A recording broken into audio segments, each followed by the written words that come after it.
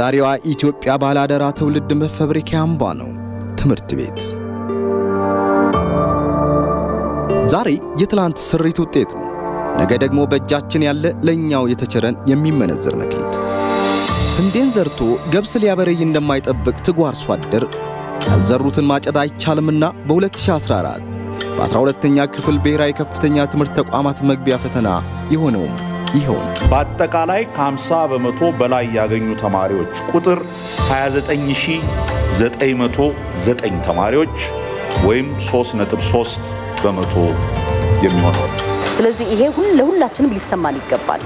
ለትምህርት ዘርፉ ብቻ ሳይሆን ከትምህርት ዘርፉ ውጪ ያለው ማህበረሰብም ጭምር ሊሰማው ይገባል። ዘንድሮ ብቻ አይደለም ኖርማሊ ተያይዞ የመጣ ችግሮች ስለነበሩበት ነው። ሰፊ ስራ መሰራት እንደሚገባ ህመሙ ትልቅ እንደሆነ ፈተናው አሳይቷል። ይሄ በጣም አስደንጋጭ ነው።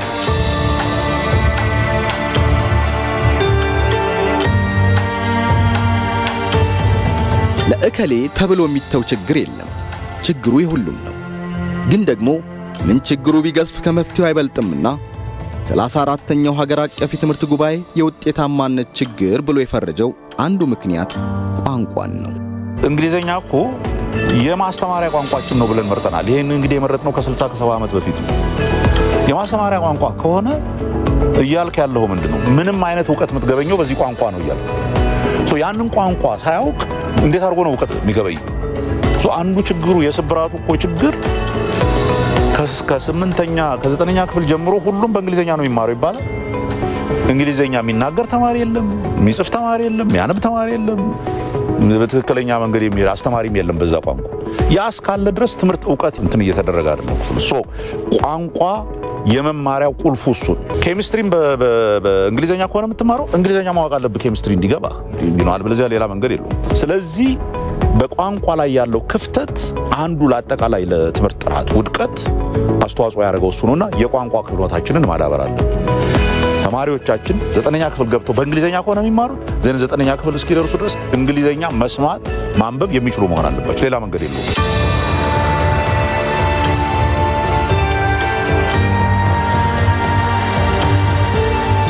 እስከ 6ኛ ባለው የክፍል እርከን ተማሪዎች በአፍ መፍቻ ቋንቋቸው እንዲማሩ የመደረጉ እሳቤና ጥቅሙ ከወዲህ ነው።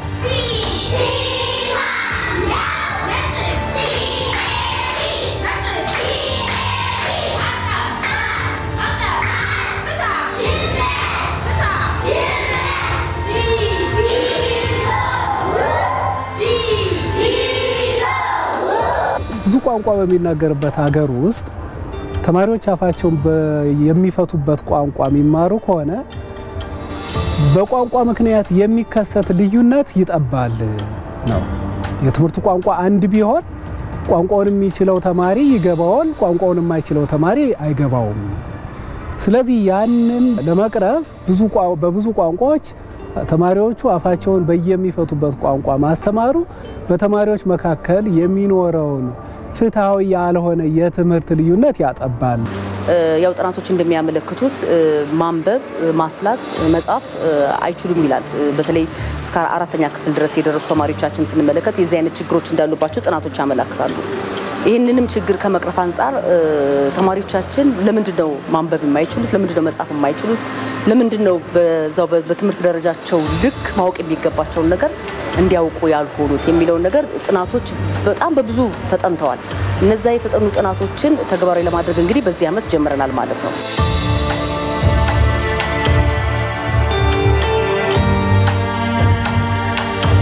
እንደ ደቡብ ክልል ያው እንደሚታወቀውኛ ብዙሃ ቋንቋ ያለን ክልል ነው። በተለይ ከአፍ መፍቻ ቋንቋ ጋር በተያያዘ ማለት ነው። ቀደም ሲል የነበረው ክልል ሲከፋፈል አሁን ባለው ክልል እጅ ላይ የቀሩት ቋንቋዎች ራሳቸው ወደ 31 የሚሆኑ ናቸው። አሁን ባለው ክልል በ31 ቋንቋዎች ሁሉ እንደየደረጃዎቻቸው እንደ እድገት ደረጃቸው እንደደረሱበት የክፍል ደረጃ ትምህርት ይሰጥባቸዋል። ሌላው ቁልፍ ጉዳይ ደግሞ እንግሊዝኛ ነው። እንዳነሳው የደቡብ ክልል ከአንደኛ እስከ 6ኛ ክፍል ማስተማሪያ ቋንቋው አፍ መፍቻ ነው። አማርኛና እንግሊዝኛ በየራሳቸው እንደ ቋንቋ የሚሰጡት እንዳሉ ሆኖ ሌሎች ሳብጀክቶች ትምህርት የሚሰጠው በአፍ መፍቻ እስከ 6ኛ ክፍል እንግሊዝኛ ከታችም ከአንድ ክፍልም ጀምሮ እንደ ትምህርት አለ። ከሰባት ክፍል ጀምሮ ደግሞ ምን ሆኖ ይቀጥላል? ማስተማሪያ ቋንቋ ሆኖ ይቀጥላል እንግሊዝኛ ማለት ነው።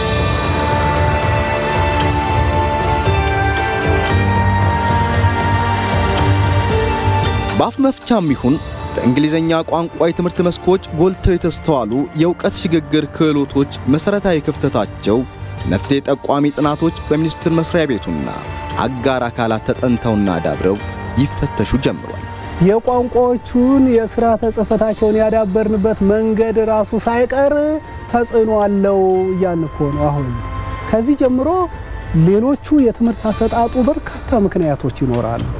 አሁን እኛ እዚች እየፈለግን ያለነው በተለይ ቋንቋዎቹን ስንገለገል የሰራናት ወይም ልንሰራት የሚገባ ሳንሰራት የቀረናት ችግር እሱ ነው የመፈለግና እሱን እንዴት እናስተካከል የሚለው ነው።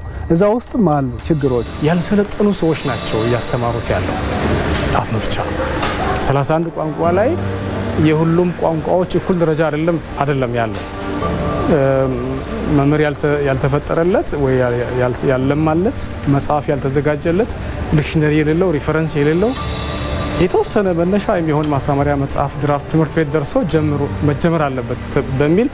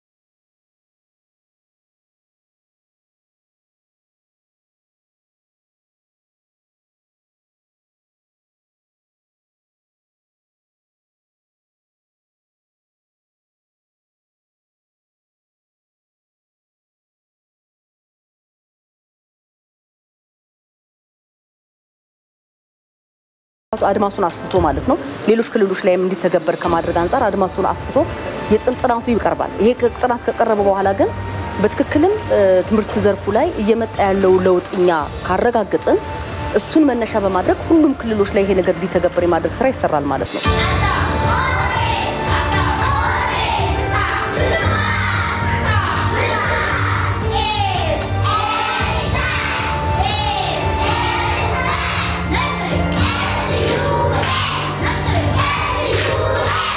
ሀገር ስብራቴ ብላላለችው የትምህርቱ ሴክተር ውጤታማነት እጦት ጥቅል ምክንያት መሆን ባይችልም ሰባተኛ ክፍል በኋላ የሁሉም ትምህርቶች ማስተማሪያ የሆነው እንግሊዘኛ ርብርብ የሚያሻው ቀዳሚ አጀንዳ ነው።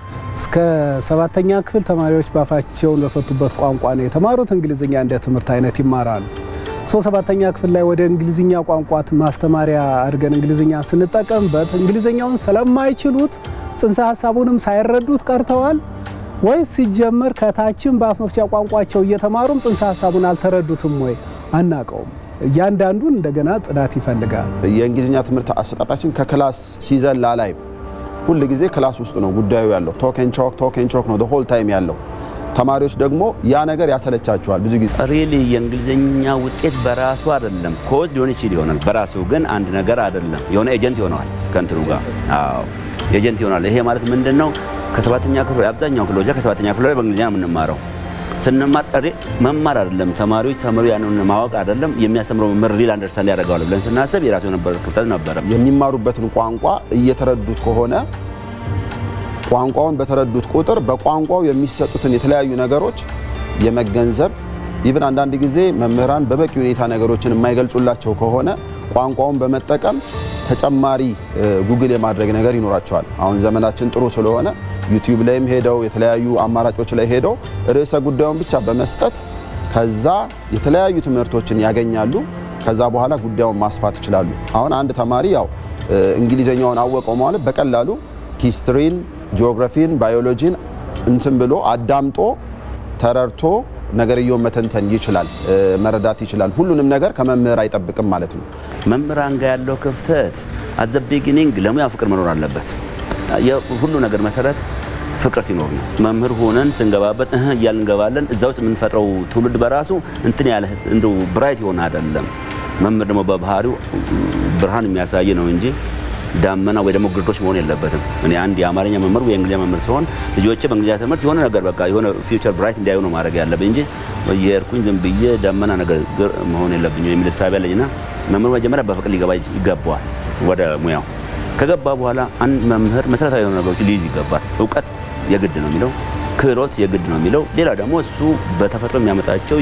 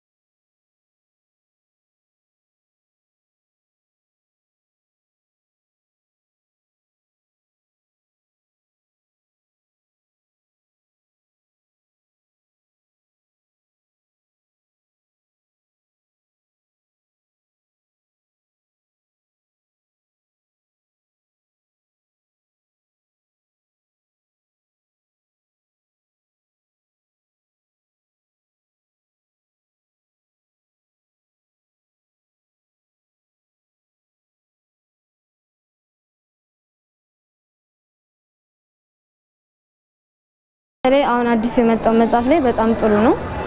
ዓለም አቀፋዊ ቋንቋ ነው። ደግሞም የእንግሊዝኛ ትምህርት ካወቅ ጥሩ ክህሎት ይኖረናል። ወደ ውጭ ሀገርም ሄደን የመስራቱ አቅም ይኖረናል። ትምህርቱ ሃይ ስኩል ላይ ሌሎች ቦታዎች ላይም ሃይ ኮሚሽን ላይም የሚሰጠው ትምህርቱ በእንግሊዝኛ ትምህርት ነው። ስለዚህ ይህ ትምህርት በሚገባ ተማሪዎች ካልቻሉት ብቃት ከሌላቸው በዚህ ትምህርት ውጤቱ ከፍ ይላል የሚል ግምት መስጠት ያስቸግራል። ገና ኤርሊ ግሬድ ላይ ያለው መሰረታቸው ከተበላሸ ወደፊት ብዙ ብታከምም ዋጋ ነው የሚፈጀው። ኤርሊ ከተሰራባቸው ነው የሚቀጥለው ርቀት መሄድ የሚችል። አሁን እንደ ትምህርት ቤታችን ብንናገር ብዙ መጽሐፍቶች በርግጥ መጥቷል። ግን እንግሊዝኛ አሁን የሰባተኛ ክፍል ሙሉ አይደለም። የስምንተኛም አንድ ለሁለት ነው የወሰዱት። እሱም አሁን ሁለተኛ ሴሚስተር ላይ ነው የደረሰ ነው። ይዘቱ ላይ ችግር የለውም። ግን አሁን የስምንተኛ ክፍል ምዕራፍ 3 አካባቢ ቲቸርስ ጋይዱና የተማሪ መጽሐፍ አንድ ነው። ተማሪ መጽሐፍ ላይ ያለውና ቲቸርስ ጋይዱም እሱኑ ጥያቄ መልሶ ይጠይቃል እንጂ መልሱን አይደለም። እዛ አካባቢ እንደ ችግር የማየው ደግሞ ጥሩ ነገር ምንድነው ኦሬዲ በሶፍትዌር መጥቷል። የተወሰኑ መጽሐፎችም ቢመጡ እንኳን እዛ ጋር ያለ ድክመት የታየኝ እንደ አንድ ሰው ምንድነው አሁን ለምሳሌ ሶፍትዌሩ በኢንተርኔት ማውረድ ይቻላል። ያ ተማሪ ሲያወርድ ኮፒ ፔስት ያደርጋል ማለት ነው ከቲቸርስ ጋይድ ላይ። እሱ ነገር እንደ አገር አቀፍ ሮንግ ይመስለኛል። እኔ ሴኩርድ መደረግ አለበት። ቲቸርስ ጋይድ በክልሎችና በወረዳዎች በጽህፈት ቤት በኩል ትምህርት ቤት መድረስ አለበት እንጂ ተማሪ በእጁ በራሱ ሞባይል ላይ ቲቸርስ ጋይድ ይዞ የራሱን መጽሐፍ በእጁ ይዞ ሲጠየቅ ምንም ኢንቨስቲጌት የሚያደርገው ነገር የለም። ምንም አይመረመርበትም። እዛ ላይ ያለውን ኮፒ ፔስት አድርጎ ልክ እንደ ጎበዝ ተማሪ ቁጭ ብሎ ይመልሳል። እሱን እንደ ድክመት ነው ያየሁት እኔ።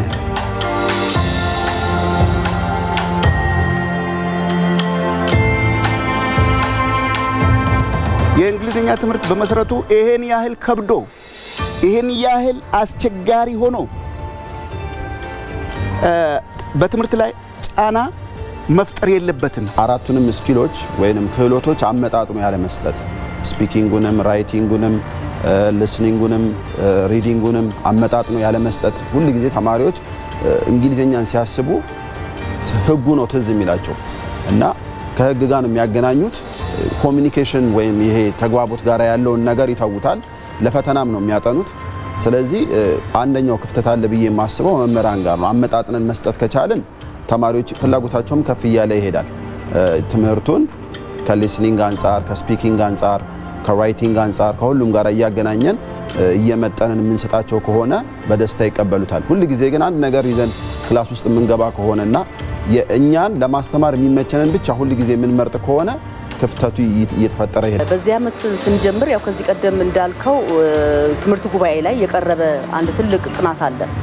ያንን ጥናት መነሻ በማድረግ ክልሎች በጣም ትኩረት ሰጥተው በተለይ የክልል ትምህርት ቢሮ በዚህ ዘርፍ ላይ የሚሰራ ማህበረሰብም መንግስት ያልሆነ ተቋምም እንዲሁም ደግሞ የትምህርት ዘርፉ አካላት በሙሉ ማለት ነው እስከ ትምህርት ቤት ድረስ ያለው ህብረተሰብ ክፍል ይሄን ሊተገብር እንዴት መተግበር አለበት የሚለው ነገር የተማሪዎችን የማወቅ ችሎታ ለማሻሻል የተማሪዎችን የማንበብ ችሎታ ለማሻሻል ምን ነገሮች መሰራት አለባቸው የሚለው ነገር ጥሩ የሆነ ጋይድላይን ተዘጋጅቶ ያንን ጥናት መሰረት አድርጎ ወደ ትምህርት ቤቶች ወርዷል ማለት ነው።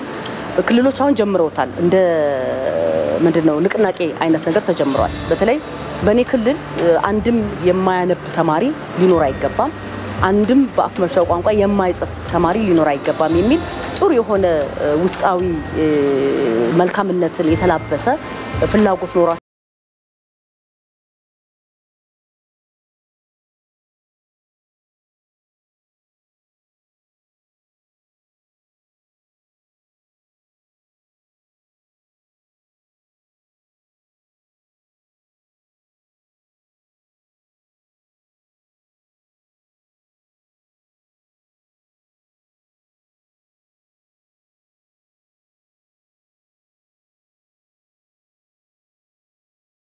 ይገባል።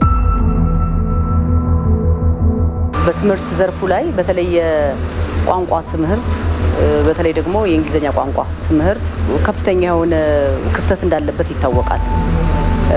ይሄንን ክፍተት ከመድፈን አንፃር ወይም ደግሞ ይሄን ችግር ከመሻገር አንፃር እንደ ትምህርት ዘርፉ እንደ አንድ ኢኒሺዬቲቭ አድርገን በዚህ ዓመት የጀመርናቸው ስራዎች አሉ። በተለይ እንግሊዘኛ ቋንቋን ትምህርት ከማሻሻል አንፃር ምንድነው መሰራት ያለባቸው የሚለውን ነገር የጀመርናቸው ስራዎች አሉ። አንዱና ዋነኛው ነገር ምንድነው መምህራንን በበቂ ሁኔታ ማሰልጠን ነው። የኔ ስራ ትውልድ መፍጠር ነው ብሎ ማሰብ ያለበት አሁን ጎን ያለውን ነገር አለ ማየት ያለበትና አሻጋሪ ትውልድ ለመፍጠር አሻጋሪ ሐሳብ ሊኖር ይገባል። መምህራንን በሚገባ ማሰልጠን የመምህራን የህይወት ሁኔታ መለወጥ መቻል አለበት። መምህራን በሚገባ የኔ ነው ብሎ ከስር ኮትኩቶ ማስተማር ይገባቸዋል። ከታች ከኬጂ ጀምሮ በሚገባ ትኩረት ቢሰጥ የተሻለ ሁኔታ ይሆናል የሚል ግምት አለኝ። የእንግሊዝኛ ቋንቋ መምህራን ብቃት ተመጣጣኝ አይደለም። የእንግሊዝኛ ቋንቋ መምህራን ብቻ ሳይሆኑ የእንግሊዝኛ የትምህርቱ የሳብጀክቱ መምህራን ብቻ ሳይሆኑ ሚዲየም ኦፍ ኢንስትራክሽኑ እንግሊዝኛ ከሆነባቸው ክፍል ደረጃዎች ጀምሮ ሁሉም ሳብጀክት በእንግሊዝኛ ይሰጣል። የዛኔ እንግሊዝኛ ቋንቋ የሁሉም ሰው ቻሌንጅ ሆኗል ማለት ነው። አማርኛ ሳብጀክት የሚያስተምሩና አፍ መፍቻ እንደ አንድ አፍ መፍቻ ይዘው የሚሄዱት ሲቀሩ ሌሎቹ ትምህርት አይነቶች በሙሉ በእንግሊዝኛ የተሰጡ ስለሆነ እንግሊዝኛ ላይ ያለው የመምህራን አቅም ወሰንነት ቀላል የሚባል አይደለም። ማለት የምታስረዳበትና ተማሪው የሚረዳበት መንገድ ላይ ተማሪውም አንተን ኮሙኒኬት የሚያደርግበት መንገድ ላይ ኮሙኒኬሽን ችግር አለ ማለት ነው። የግል ጥረትም ይፈልጋል የቋንቋ ጉዳይ። አንዳንድ ጊዜ ተማሪዎችም ራሱ ሁሉን ነገር የሚጠብቁት ከመምህር ነው። ነገር ግን እንግሊዝኛ ቋንቋን ስናስብ በዙሪያችን ብዙ ልንማርባቸው የምንችላቸው መንገዶች አሉ። እንደውም እኔ አሁን ግል ትምህርት ቤት እንደማስተማሬ ብዙ ተማሪዎች በቋንቋ ጉዳይ ላይ በጣም ጥሩ የሆነ አፕሮች አላቸውና ምንድነው ብለን ምክንያቱን ስንገልጽ በአካባቢያቸው ያሉትን ነገሮች በሙሉ በብቃት